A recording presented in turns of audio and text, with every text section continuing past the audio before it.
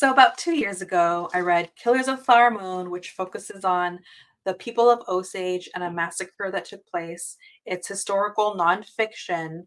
And what I really appreciate about this book is the author's approach to the material, which focuses on one family creating an intimate narrative and then broadens the lens from there to kind of bring up all the different broad issues. And that approach really made me feel like connected to the material because I was able to connect with a specific family in the story. And ever since I read this book, there hasn't been um, another book that's really like filled that void in that way. For instance, I recently reviewed and read Boyle Heights: How a Los Angeles Neighborhood Became the Future of American Democracy. This is another great nonfiction read, but it doesn't use that approach. It's a story told from the beginning of colonization to modern day, present day gentrification. It's another incredibly important read, and it focuses on a neighborhood um, that's gone through a lot to survive and very much a microcosm for everything that's gone on in the United States, for instance. Again, an important read, but I didn't feel like an intimate connection. And I would also say the same thing for my recent review of Stealing Home, which was focusing on the forced removal of people from Cesar Chavez Ravine in order for the Dodger Stadium to exist. Was this an instance of profit over people over and over again? Uh, those are the kind of stories that I gravitate towards.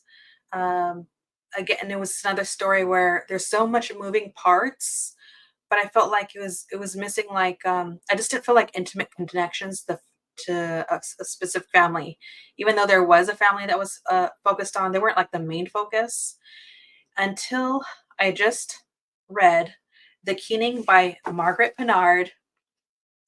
This is historical nonfiction, and it is focusing on the McLean family. And I believe in 1822, the kelp industry has collapsed. So there's a family that's forcibly removed from their homes, and now they are in a position to just try to survive. And how did this happen? Um, it's again people over profit. Um, the world is fast industrializing, and when the family is forcibly removed, what, how does each character respond? Um, how does patriarchy and each person's gender role, position in the family, play a role in how they navigate this from the father, the mother, the son, and all the other siblings. How do they rally together? Um, and also, how does a neighborhood respond? Are they helpful? Are they hurtful? And what I really liked about this is that there is a sense of um, reaching out and relying on the kindness of strangers. But wrapped up in that is classism. Um, Opportunity hinges on connections. What are other people's like belief systems, and how does that play an advantage or disadvantage for families in need? And so I could go on and on. I really love this book.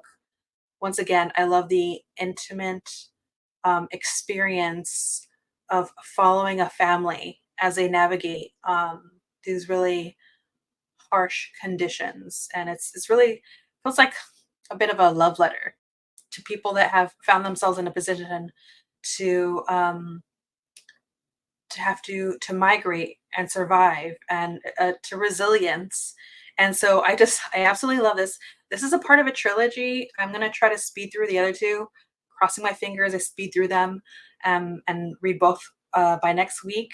If you're interested in talking about this book, I'll see you in the chat.